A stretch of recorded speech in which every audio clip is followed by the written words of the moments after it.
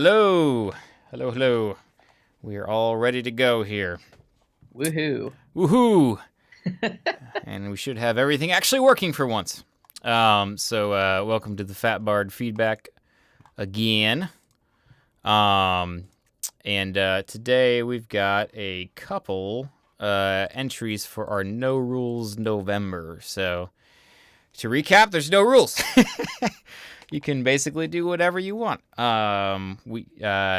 Zach wrote down a lot of good things in the assignment just to kind of, things to think about that might help you come up with the direction, come up with something to do instead of something more focused, right? Instead of just kind of just randomly doing whatever. Yeah. You know. Well, I feel like that's like the hardest part about like writing any music is like setting those boundaries for yourself when you're first starting, because there's limitless possibilities for you to do. So it's nice to have like a set of rules to be able to put yourself in a box so you can make those decisions. Yeah. Yes. Yeah, it's always good to have some kind of constraints. And some people say, like, creativity comes out of having constraints sometimes. Yeah. I think that's a healthy thing. So, yeah. Well, let's go ahead and dive in here. So the first thing we got, it says, it's Robert Smith, and it's "You Said No Rules" is the name of the song. I'm concerned, but we're gonna find out together what that actually means. So let's listen to it. 3, 2, 1. Here we go.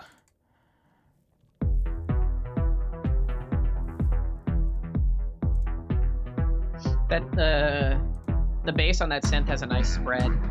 Oh, here we go. I feel the bass.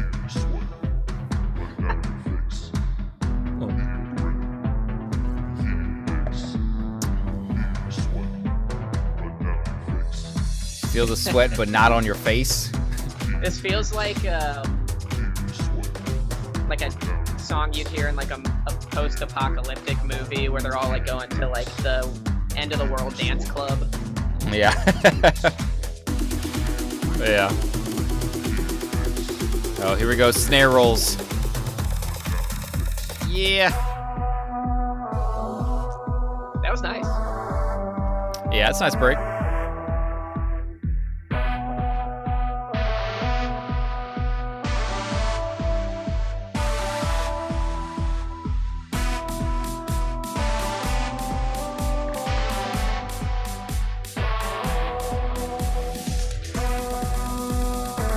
Is this a real vocal? It's auto-tune? Kind of sounds like it. Yeah.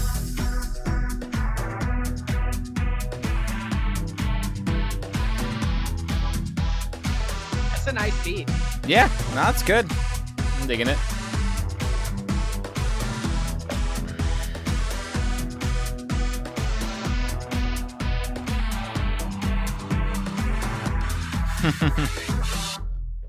Nice. That was cool, yeah. I was concerned at the beginning with all the pitch down vocal diffused bass thing, but no, that was really cool actually. That was a good production.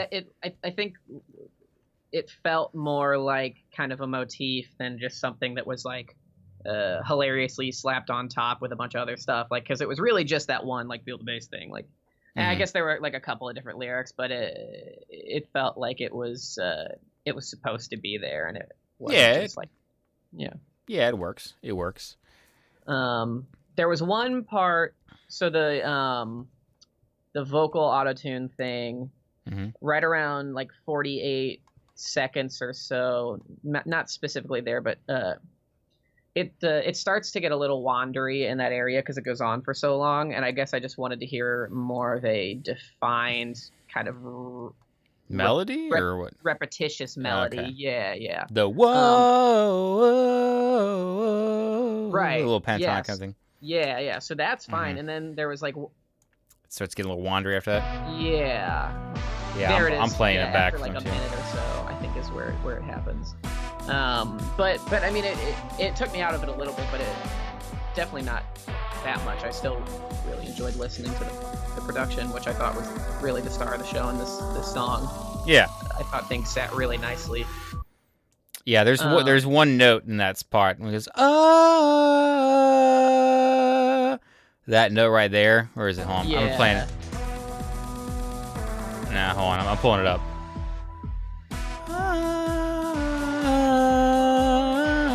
That note right there. Doesn't it like clashes with the chord? Yeah.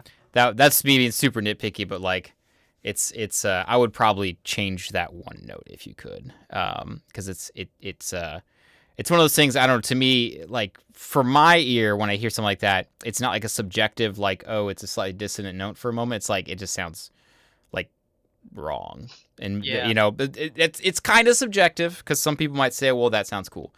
But to me, like, there's kind of a fine line between stuff that's like sort of tense or dissonant sounding, and then stuff that's just like a note that just doesn't jive.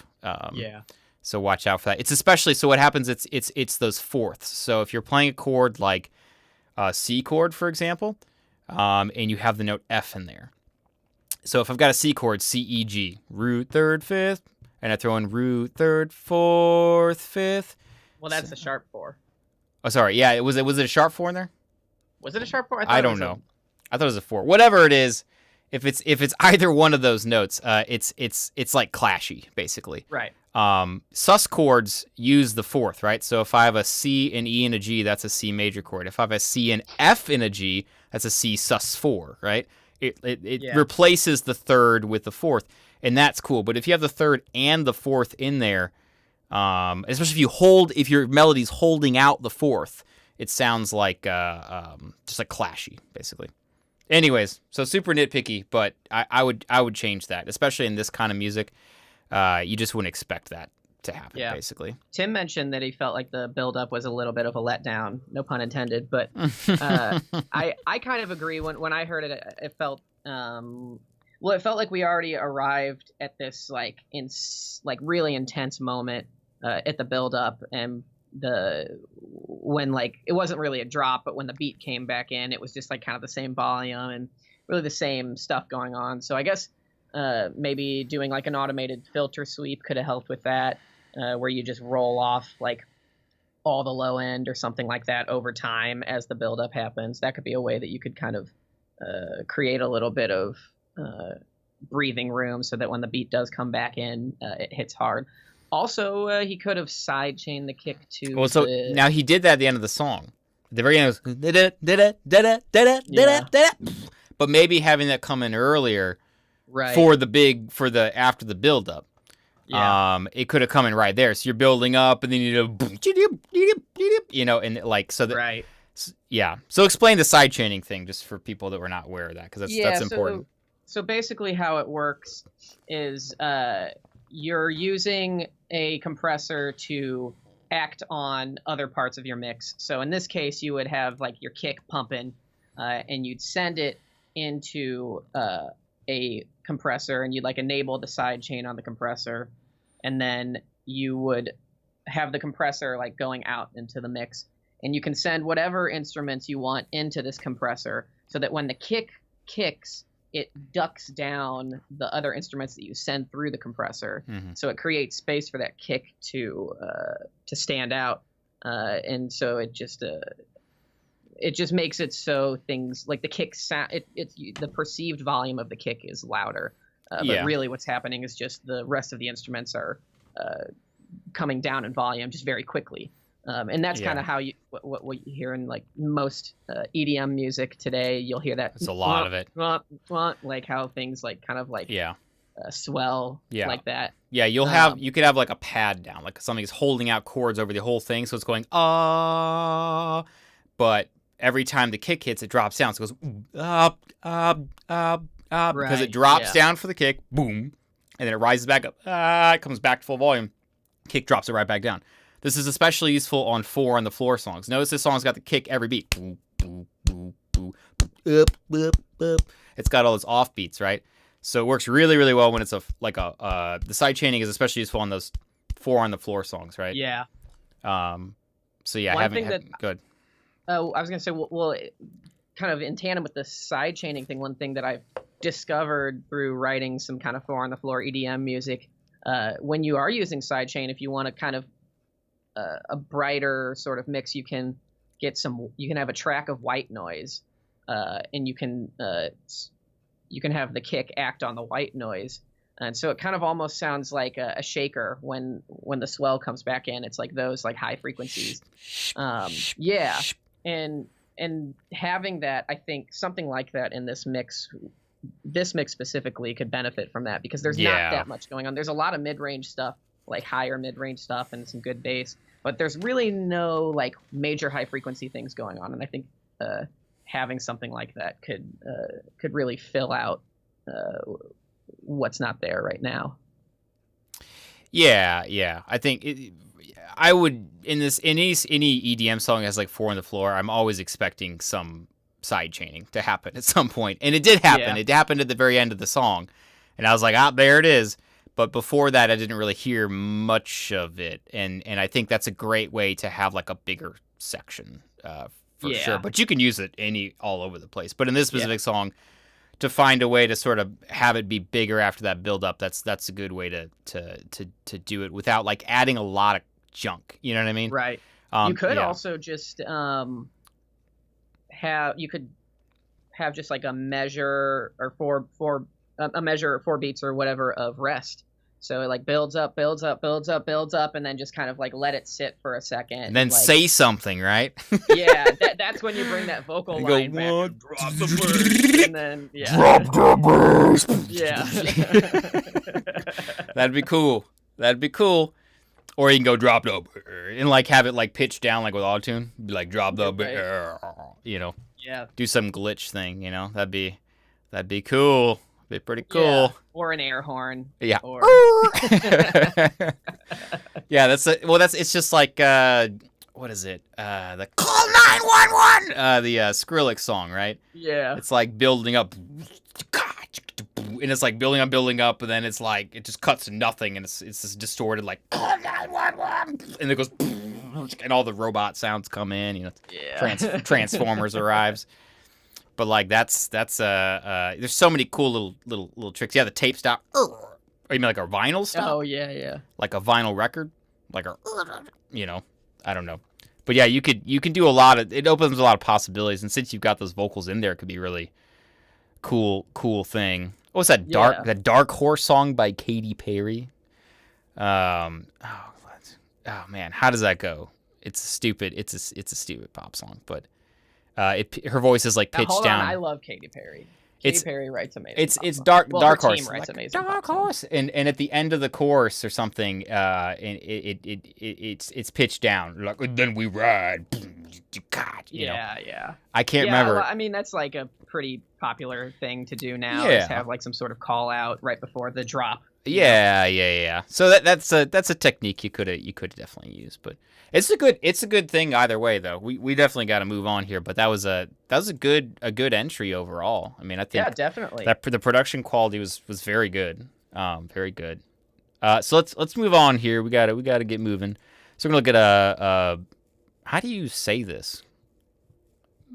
Malevolent management. I apparently can't speak. Yeah, well, there was a Yu-Gi-Oh card called Malevolent Nuzzler. That's how I learned how to say that. Good. All right, let's check this one out in 3, 2, 1. This is by Jordan Dubé. Oh yeah, There's No Going Back was from the Katy Perry song. There's no going back. Thanks, Gene. It's an interesting use of the pit strings and the organ. Yeah. That's like, this is playful.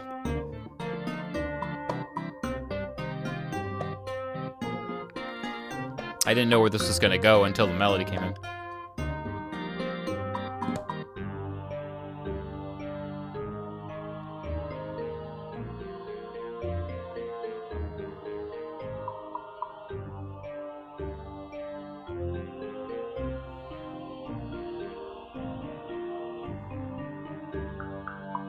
This reminds me so much of RuneScape music.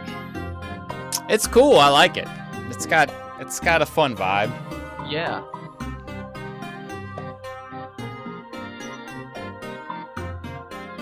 It's a lot of instruments that you wouldn't necessarily expect to hear together. Yeah. Like right off the bat, the organ and pit strings, I was like, it's cool. Yeah, the choir in the background. Yeah.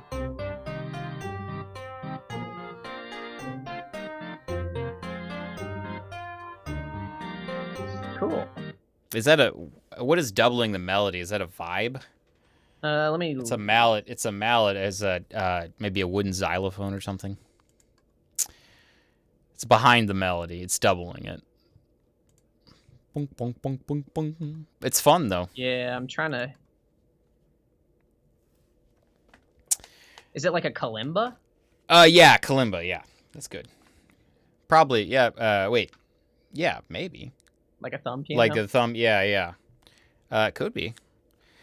Seb says it sounds like a Plants vs. Zombies soundtrack. I can't. Snows think here of the says Plants like vs. a. Zombies.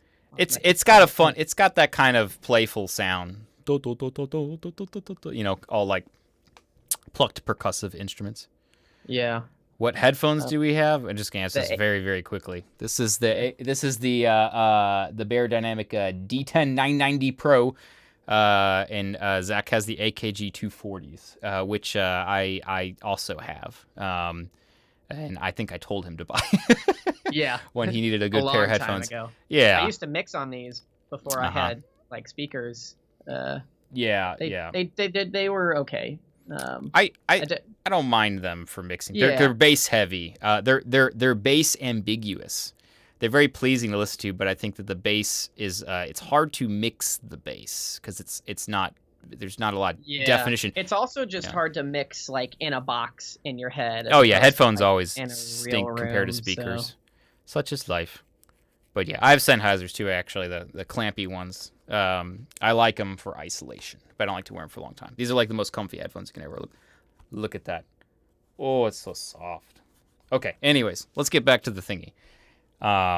They are like 180. They are definitely like expensive for headphones. These were like 100, so pretty manageable. Yeah, 100 is what you're going to probably expect to spend on a decent pair of headphones.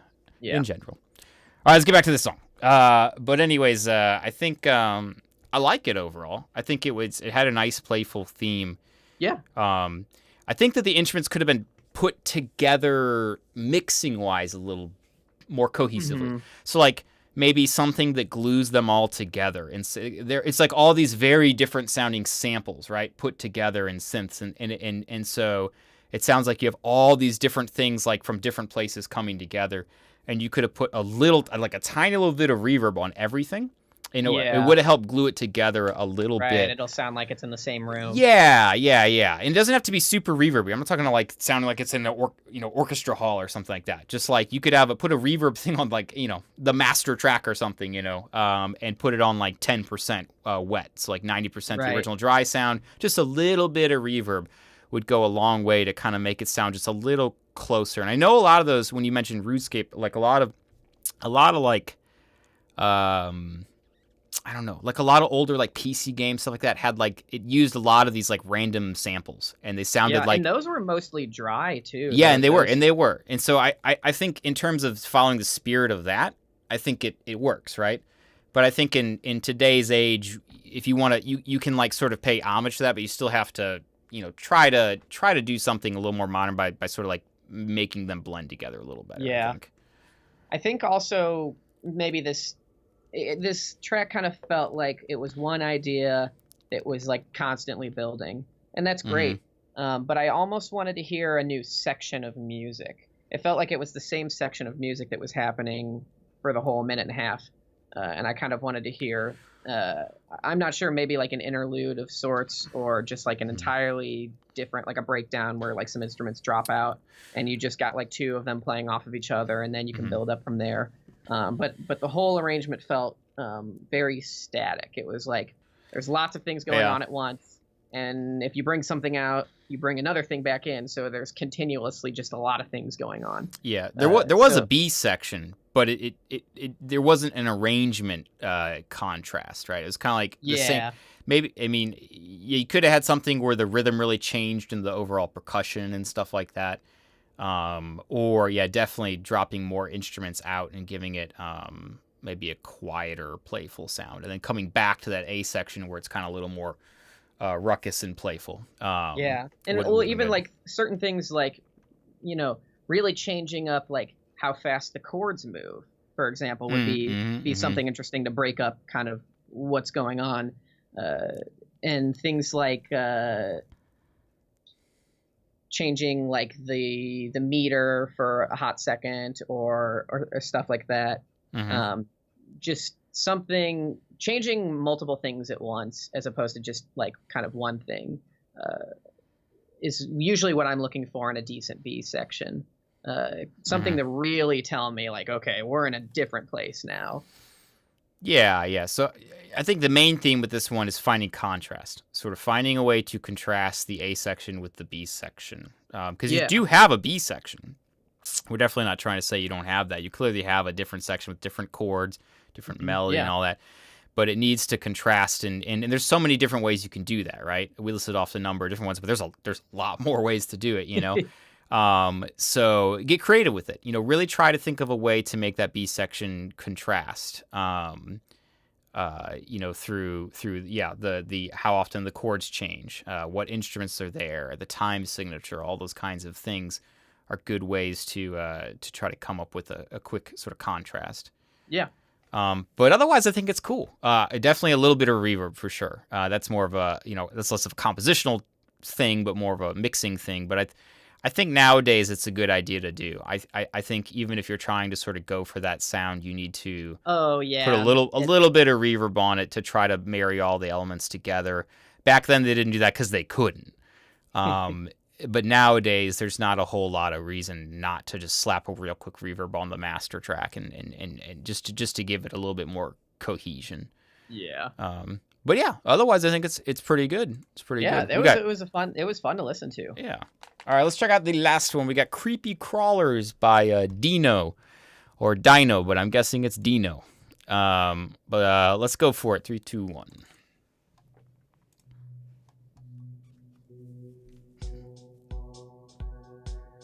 Oh.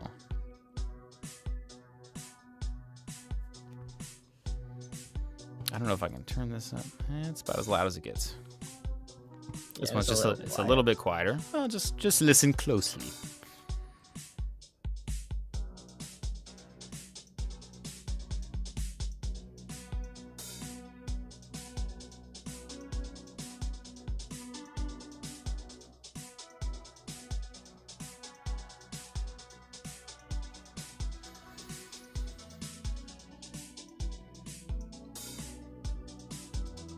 Oh, did you see somebody threw us a SoundCloud link in our email? In our email? Yeah. Come on, people. What's going on? This is really chill. Like in a good way.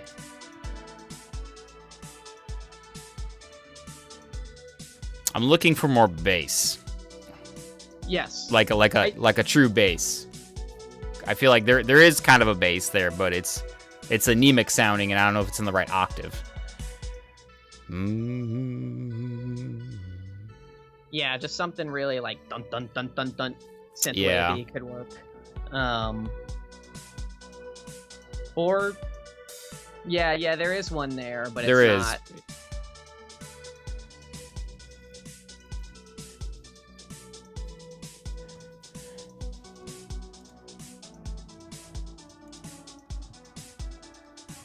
Oh, it was Seb who threw the SoundCloud link.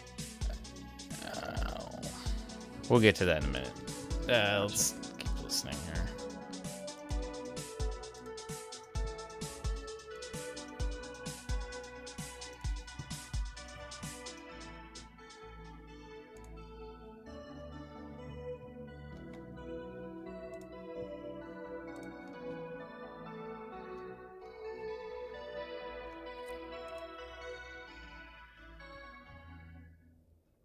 I like that a lot. I kind of wish there was more of like those kind of like plucky synths playing off of each other. I'm like a huge sucker for that stuff. Yeah, I think it was cool. Yeah, the biggest thing for me was just finding a stronger bass.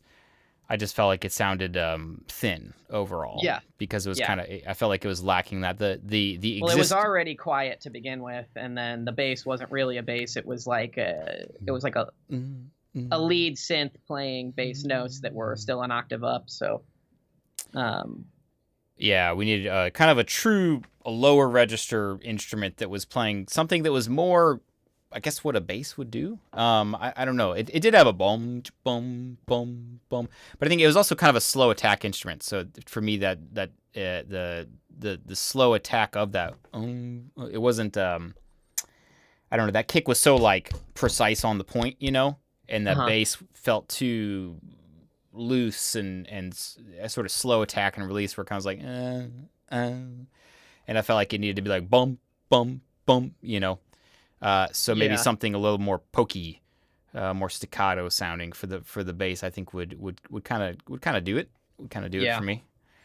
I think that this song could benefit from more layers. I would just toss more stuff into the mix, more things to listen to in the background, since it's kind of more of a vibey song.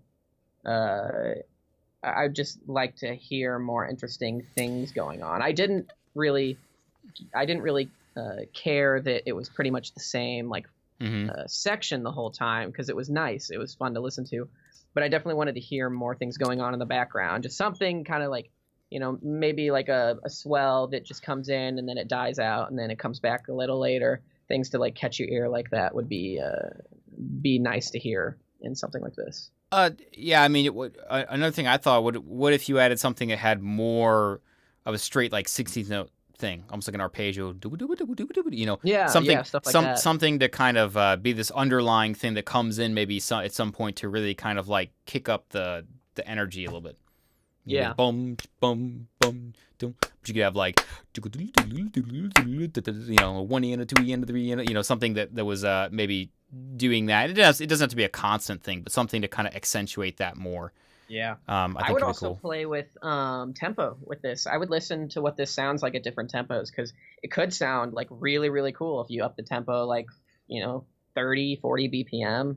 I wouldn't go too far past that, but just to listen to what it sounds like. That's something that I always do when I make my tracks, is I listen to it at different tempos to see if I have something better than what I was working on the whole time. Sometimes I do it at the very end. Sometimes I do it if I like kind of hit a wall. I'm like, well, let me try it at a different tempo. Mm-hmm. But this could sound really cool, just a little bit faster, I think. Yeah, I definitely agree with that. You could bump it up a little bit. Just at the very least, I would bump it up 10, 15, even if you completely disagree with bumping it up a lot, at least bump it up a little bit, I think. That would add some good energy to it. Mm-hmm.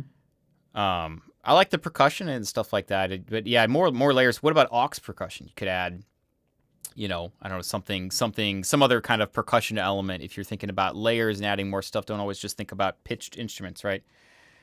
You could add in something like, I don't know, tambourine shaker, or just other sort of some like electronic sort of percussion ideas. Yeah, well, like kind of how I think it's important to think of percussion in the same way that you would think of so in the very beginning of this track, you have this filter sweep on the bass or whatever that is, that one dong dong dong, and it kind of like the filter kind of lets off so you can finally hear it. We'll do the same thing with your percussion. You have like some sort of hi-hat going, and you've got like a sweeping percussion going back and forth. You get this like that sort of stuff. Can be really interesting. And then if you've got a couple of tracks doing that, and they're kind of all, the filter sweeps are happening at different times. Maybe one happens over the course of like a half note. One happens over the course of like 8 bars. You've got all these interesting things going on that kind of makes the track feel more organic, like it's kind of like breathing, and I like that sort of stuff. What about like 80s toms? This has some like 80s production vibes. What about like what about think of always something there to remind little like the kind of like, it sounds like there's like 75 different toms in a row, you can find those patches where it's like it's all toms on the keyboards, like every single note is a tom and it just stretches way higher than it should and way lower than it should with pitch. You could do some fun stuff with that, just like little fills here and there that are really percussive, like really, really accentuating that 16th note maybe going on that in the song or something like that. Not like a constant like boom, boom, boom kind of tom, just little fills here and there. But yeah, you could definitely add stuff. I think the existing thing you've got is really good, though. It's just like about, I think, adding to it. Something that I like to do that I've mentioned before is on like maybe the 4th snare or the 8th snare, Definitely not every time, but I'll add an extra snare that's like heavier, or maybe it has like a ton of reverb. So like, doom ka doom ka doom ka doom ka, and like the fourth one like really hits. So I like to like accent things like that a little bit to create variety. I mean, this has some like 80s vibes, right? Am I wrong? I'm right, aren't I? Yeah, It's in a lot of that stuff, they would throw a clap. So that accent idea you're talking about, a lot of times it'd be a clap with reverb. Right. It would be like so that extra, that every now and then snare that's accented, it'd be like a psh, like a big clap. Or you could do the big the Phil Collins like giant gated reverb thing, where you have like reverb like and it cuts really hard. Although you kind of have that going on, I think, in your snare sound right now. It's kind of got a little bit of that like and it stops. Yeah, I think if the track were louder, that it would be more apparent that was what was going on. That's just like you just have to be careful when you're mixing that you're mixing at the correct volume, and that doesn't mean like the volume that's coming out of your speakers. That means like the decibel level that is just being displayed on your you could definitely just normalize this and it would be louder. But on your master track, you definitely want to, if you have a limiter, you should be using it. And, as just a general rule, I mean, obviously there's way more to this in terms of like, proper mastering of an audio track, but it's a very simple rule. Put a limiter on your master track. And then just, there's usually a threshold level that you can adjust. That's like one of the knobby doos that's on it. And just literally turn that until it's reducing like 3 decibels or something like that. You can definitely do more than that, but just as a simple way to make sure that it's always like at least somewhere in the ballpark of being loud enough for people to listen to, just make sure it's limiting about 3 decibels. You could definitely go up to 6 decibels, but any more than that, you're just going to be crushing the life out of your song. Mm-hmm. But basically, like, you're raising the volume up to the very top of the meter, and as you go past that, it just chops off the top. So like every time the snare hits, it goes pop. The meters go up like that, right? Boom, boom. And so every time it goes up, let's say this is the top of the meter. When I go above it, it gets chopped off. So my snare, instead of sounding like pop, is like boop, right? Boop, boop. It's not. I'm reducing the dynamic range of the song by like I'm taking all those peaks in my waveform and literally just like chopping them across. And if you look at mastered tracks in like in a DAW or any sort of waveform editor, you're gonna see it doesn't look like this. It looks like it's going up, and then it just is like a flat line at the top of it. So imagine a roller coaster ride. Instead of going up and down, it goes up, and halfway up the uphill, it stops, goes straight, then back down, because it chopped that off. And so you want to use a limiter, because it's the way you make music loud. It's the way that you make it as loud as other commercial music, but you don't want to use it too much. So like, adjust the threshold knob. It's usually called threshold. And adjust that until it's doing about 3 decibels of gain reduction. There's usually a meter elsewhere on the thing that shows you how much it's actually like grabbing on the peaks. It says if you're on Fruity Loops, don't use the default limiter. So please don't use presets with anything like a compressor or a limiter. Try not to use the presets. EQ. Yeah, even with EQ. Don't use presets, except for effects. Like, so if you want to use like reverb or delay or phase or flange or whatever, like you can play with presets and try that out.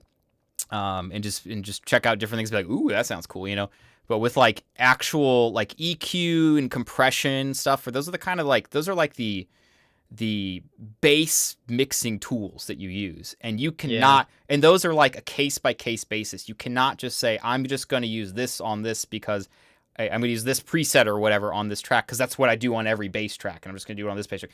Everything is different. Every time I EQ a bass, it's not going to be the same, because every bass is unique and different. It has to be treated differently. It might even depend on the genre of music. It might EQ the exact same bass differently depending on the genre of music. So yeah, you can't use the presets. Definitely for dynamic stuff like compressors and limiters, and for equalization stuff, you definitely don't want to do that. But adjust threshold till it's 3 decibels, compressing 3 decibels, limiting 3 decibels, and you're good. Don't go beyond that unless you actually know what you're doing. Learn more about mastering, and then you can go beyond that. But that'll just get at least so it's in the ballpark. So it's a little bit louder on people's ears, and they won't go, oh, that's too quiet. Anyways, real quick, so we're gonna wrap it up here. But before we go, Seb was mentioning he sent us an email, right, with a SoundCloud link, and this has happened multiple times now in the stream where someone sends us a SoundCloud link. But usually not to our email. Usually they just throw in the chat. Yes, this is true. So you went the extra mile, so I do appreciate that. So the deal is with this is that you email us, and then we're going to sort of add you into our mailing list and also give you access to where you submit songs, and you'll have access to any assignments. So every month we have an assignment we give people, and then you sort of compose for that. And you'll have sort of shared access to all those resources and stuff like that, sort of be hooked into the system. Because this is No Rules November, we can probably just maybe check out your song next time. Yeah. But not today. But at the next stream, we'll definitely throw this in the list and give it a good listen. So we do this stream the first and third Sundays of every month. So the next one is going to be on the 18th. So November 18th, we'll definitely check it out. And in the meantime, we've got your email, so we'll add you to all the stuff so that you have access to everything you need. You can be hooked into it. But definitely thanks for watching and participating and all that. Yeah, for sure. And thank everybody here for participating in this and keeping the chat going here. Sometimes it's very quiet in the chat. It's nice to have some people chatting about and contributing to it. So that's awesome. And thanks for good submissions. I feel like every time we listen to the songs, they just get better and better. So so thanks for listening to what we have to say and kind of like taking that stuff into consideration. Yes. So yeah, two things maybe do some research on. We mentioned side chaining. Definitely look that up. And it's kind of different for how you might set it up in every DAW. So definitely look for how to do it in your own DAW. And then limiting. And like I said, it's kind of following the stuff I said is probably a good way to go about it, but definitely look it up. And if you don't have a limiter, but if you have a DAW that uses like VST, or really anything actually, it doesn't matter what your plugin format is, there are free limiters out there. Just look up free limiter and then just whatever your plugin format is, VST, AU, AAX, whatever. Tim mentioned something. This guy's got stuff on music theory and mixing, so maybe check that out too, for sure. But yeah, don't say, well, I can't limit it because I don't have plugin. Like everything you can get everything for free now. And I don't mean that like, oh, you can just download everything illegally. What I mean is that there is a free version of every plugin every type of mixing and effect thing that you could conceive of. So there's kind of no excuse to not use a tool. I'll put it that way. Yeah, of course, maybe there's a better limiter that you could pay $200 for, but you can get the job done with the free tools that are out there. Faux show. But anyways, all right. Well, we'll catch you guys next month, and great submissions. Or not next month. We'll catch you in 2 weeks. I'm sorry. 2 weeks, yeah. At the next stream for some more No Rules November. And we'll see y'all later. Bye-bye. Cool. See ya.